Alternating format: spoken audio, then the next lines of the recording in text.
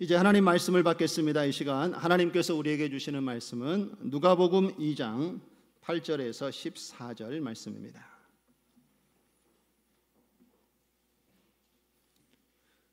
신약성경 89쪽에 있습니다. 누가복음 2장 8절에서 14절 말씀을 우리 찾으셨으면 한 절씩 교독하도록 하겠습니다. 그 지역의 목자들이 밤에 밖에서 자기 양떼를 지키더니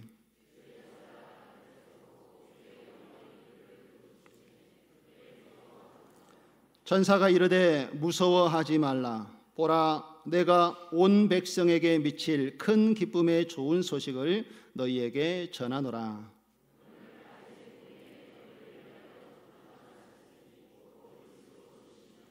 너희가 가서 강보에 쌓여 구유에 뉘어 있는 아기를 보리니 이것이 너희에게 표적이니라 하더니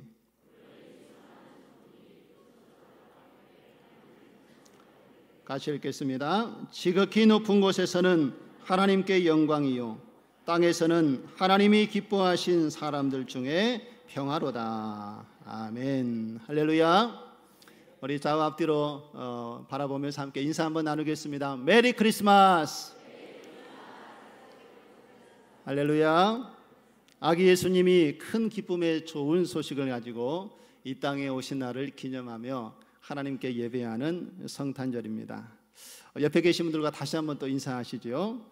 당신을 구원하시려 예수님께서 이 땅에 오셨습니다. 할렐루야. 이 구원의 기쁨이 우리에게 충만하게 채워지고 또 그것을 나누는 귀한 시간 되어지기를 주님의 이름으로 축원드립니다. 우리가 잘 알고 있는 것처럼요, 크리스마스라는 것은 그 단어의 뜻을 이렇게 살펴볼 수가 있습니다. 영어로 말하면 크라이스트, 바로 예수 그리스도를 이야기하는 것이고요. 그리고 마스라는 것은 미사라는 단어인데 예배라는 뜻입니다. 그래서 두 단어가 합쳐져서 크리스마스라는 단어가 만들어졌는데 이 단어의 뜻이 바로 그리스도를 예배하다라는 의미가 되겠지요. 그래서 성탄절 크리스마스는 예수 그리스도께 하나님께 예배하는 날이 바로 성탄절이고 크리스마스인 것을 꼭 기억하시기 바랍니다. 세상 사람들은 선물을 주고받으면서 또 크리스마스를 기념하고 이렇게 시간을 보내고 있지만 우리는 이 성탄의 기쁨, 예수님께서 이 땅에 오셔서 우리를 위하여 행하신 놀라운 일들을 기억하고 감사하면서 하나님께 기쁨으로 예배하는 날이 성탄절임을 기억하시고 그 은혜를 먼저 누리시고 그 은혜를 많은 사람들과 함께 나누며 살아가는 우리 사랑하는 모든 성도님 되어지기를 주님의 이름으로 축원드립니다. 우리는 이 땅에 살아가면서요, 여러 가지 감정을 느끼며 살아가고 있습니다. 혹시 여러분들 인사이드 아웃이라는 애니메이션 영화를 보셨는지 모르겠습니다. 그 영화를 보면 사춘기 주인공 라일리라는 여자아이의 마음속에서 일어나고 있는 여러 감정들을 다양하게 잘 표현해주고 있는 것을 볼 수가 있습니다. 그 영화에서는 5가지 감정을 소개하는데요, 기쁨, 슬픔, 분노, 혐오, 두려움, 이런 감정들이 마음에서 일어나는 것이 서로에게 어떻게 영향을 미치는지 그리고 그 감정을 어떻게 조절하며 지내는지에 대해서 영화가 이야기를 그의 삶의 모습을 통해서 풀어나가는 것을 볼 수가 있습니다. 저는 여기서 주목해 보고 싶은 그 감정이 바로 기쁨이라는 감정입니다. 이 기쁨이라는 것은 어떤 만족감에 의해서 느껴지는 즐겁고 흥겨운 감정을 이야기하고 있는 것입니다. 우리가 살아가면서 우리 사랑하는 성도님들도 삶 속에서 기쁨이라는 감정을 많이 느껴보셨으리라 생각이 되어집니다. 여러분, 기쁨이라는 감정이 느껴지면 뒤따라오는 우리의 삶의 모습은 어떤 모습입니까? 반드시 기쁨 뒤에는 우리에게 행복감을 가져다 준다라는 것입니다. 그리고 그것 때문에 우리가 웃을 수 있고 함께 즐거움과 평안을 누릴 수 있는 것이 이 기쁨의 감정이 우리 안에 일어났을 때 나타나는 현상이라는 것이지요. 자, 그렇다면 제가 질문을 한번 드려보겠습니다. 여러분들은 언제 가장 기쁜 감정을 느끼셨습니까? 라고 물으면 막 생각을 하고 계시겠죠. 언제였지? 하면서 머릿속에서 여러 기억들이 아마 스쳐 지나가게 될 것입니다. 그런데 제가 질문을 했을 때에 분명히 어떤 분들은 바로 이 감정이, 기쁨의 감정이 언제 나타났는지 떠오르시는 분도 있으셨겠지만 대부분은 바로 떠오르지 않습니다. 뭐였지? 어떤 기쁨이 있었지? 라고 하면서 여러분들이 생각하는 시간을 가졌을 것입니다. 그 이유가 무엇인가 하면은요, 이 기쁨이 우리의 삶 가운데 영원한 기쁨으로 남아있지 않기 때문에 우리가 선뜻 기쁨에 대해서 바로 이야기하지 못한다라는 것이지요. 우리가 여러 가지 일들을 겪으면서 그 기쁨을 나타내고 경험하기도 합니다. 시험을 준비하는 사람은 시험을 합격했을 때에 그 기쁨이 말로 다 할 수가 없겠지요. 또한 취직을 준비하는 사람이 취직을 하게 됐을 때에, 직장을 얻었을 때에 그 기쁨도 있을 것이고요. 결혼을 위하여 준비하다가 사랑하는 배우자를 만나서 한 가정을 이루었을 때에 그 결혼의 기쁨도 있을 것이고, 결혼해서 아이를 갖게 되면 또 아이를 바라보면서 우리가 기쁨을 느끼게 될 것입니다. 여러 일들을 계획하고 그 목표를 이루었을 때에도 우리가 그 기쁨을 누리고요. 몸이 병들어서 연약한 가운데 있다가 우리의 몸이 치료되고 회복되어졌을 때도 우리가 기쁨을 누리게 될 것입니다. 그런데 이 모든 기쁨이 우리에게 영원하지가 않다라는 것입니다.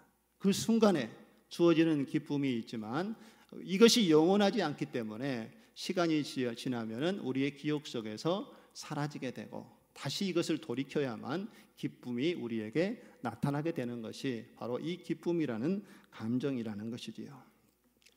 당시에 예수님 당시에 살았던 이스라엘 백성들의 삶의 모습 속에서도 아마 이런 동일한 모습과 감정의 변화들이 나타났던 것을 볼 수가 있습니다.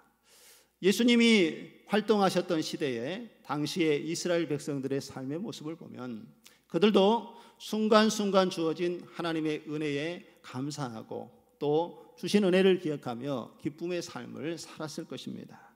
그러나 당시의 이스라엘 백성들에게 있었을 가장 큰 기쁨, 민족적으로 이것을 바라고 소망하는 기쁨은 과연 무엇이었겠습니까? 그 기쁨은 이스라엘 백성들이 당시에 로마의 통치를 받고 지배를 받고 있는 상황이었기 때문에 그들은 이 로마의 지배에서 벗어나서 하나님을 마음껏 예배하고 찬양할 수 있는 나라의 회복이 일어나는 것이 그들이 민족적으로 모두가 마음속에 가지고 있는 큰 소원이었으리라 생각이 되어집니다. 이것이 회복되어지면 또한 큰 기쁨을 맛보게 되겠지요. 우리 민족도 그런 아픔의 역사를 가지고 있지 않았습니까? 남북이 분열이 되어서 결국은 전쟁으로 인하여서 많은 상처와 아픔을 겪게 된 이후에 우리 민족의 가장 큰 공통된 소원은 무엇이었습니까? 통일이라는 그러한 모든 백성들이 가지고 있는, 사람들이 가지고 있는 큰 소원의 제목이 하나 아니었겠습니까? 또 일제의 치하를 받고 있을 때에 우리 민족이 가지고 있는 가장 큰 소원은 무엇이었겠습니까? 그렇죠. 해방을 하고 우리나라의 독립이 이루어져서 마음껏 주권을 행사하고 살아갈 수 있는 그런 나라가 되기를 바라는 것이 우리 민족이 공통적으로 가졌을 큰 소원 중에 하나였던 것처럼, 마찬가지로 이 이스라엘 백성들이 예수님 당시에 가졌던 큰 소원은 이 로마 황제를 숭배하고 하나님을 마음껏 섬기지 못했던 그 민족적인 억압과 통제를 받고 있는 이 상황 속에서 벗어나서 우리는 하나님의 구원받은 자녀요 백성임을 바라고 소망하는 그들의 간절한 마음이 다시 오실 메시아를 기다리는 소원으로 그들의 삶 가운데 자리 잡고 있었다라는 것입니다. 그래서 그들이 바라는 큰 기쁨의 소원은 메시아이신 예수 그리스도께서 이 땅에 하나님의 언약을 성취하기 위하여 임하는 그날을 그들은 기대하고 소망했다라는 것입니다. 이런 역사적인 배경 속에 예수님 당시에 살아가는 이스라엘 백성들의 삶의 모습이 오늘 말씀을 통하여 우리에게 그려지고 있습니다. 자, 그러면 이제 오늘 본문의 말씀으로 한번 다시 돌아와서 10절의 말씀을 한번 보실까요? 천사가 이르되 무서워하지 말라. 보라, 내가 온 백성에게 미칠 어떤 좋은 소식을 너희에게 전한다라고 말씀하고 있습니까? 큰 기쁨의 좋은 소식을 너희에게 전하노라 라고 천사가 이야기를 하고 있습니다. 그런데 여러분, 오늘 큰 기쁨의 좋은 소식을 너희에게 전한다고 하는데, 이 기쁨의 좋은 소식이 몇몇 사람에게만 전해지는 소식입니까? 아니면 온 백성에게 미칠 큰 기쁨의 좋은 소식입니까?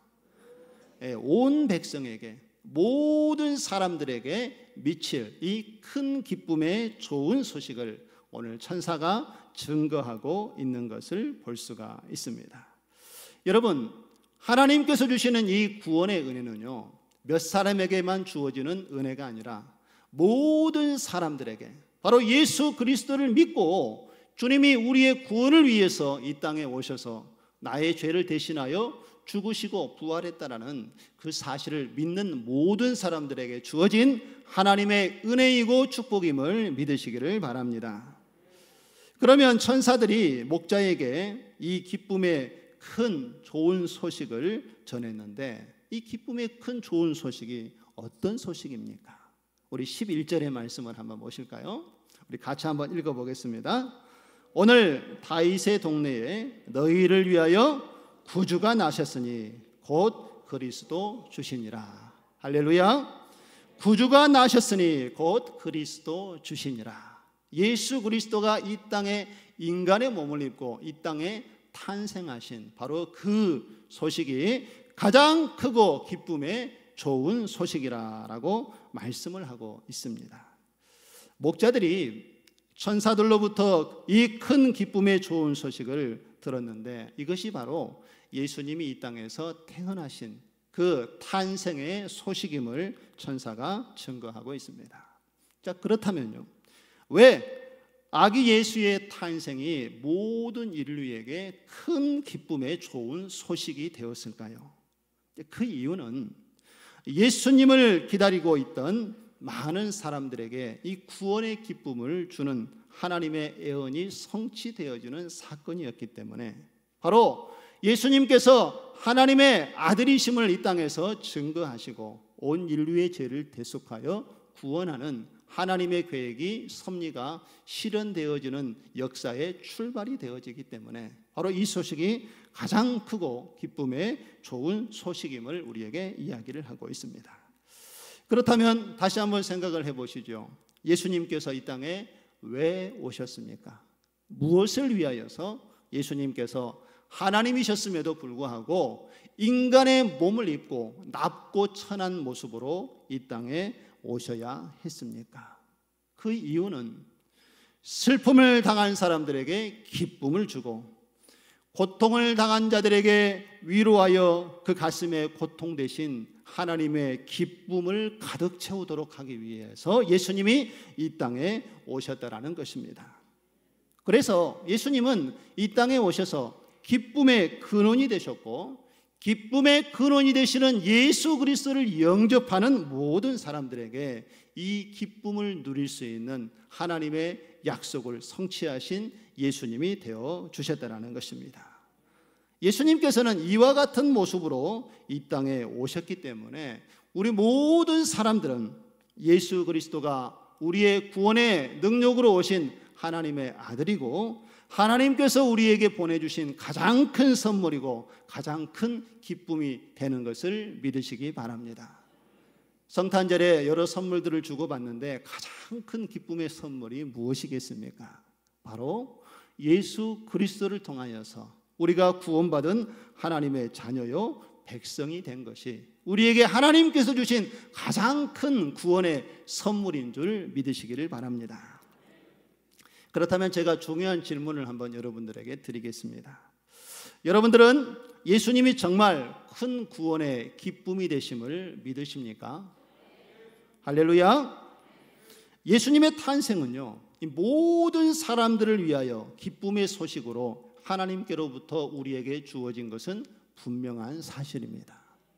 그런데 누구에게나 이 구원의 기쁜 소식이 좋은 소식이 되지는 않는다라는 것입니다.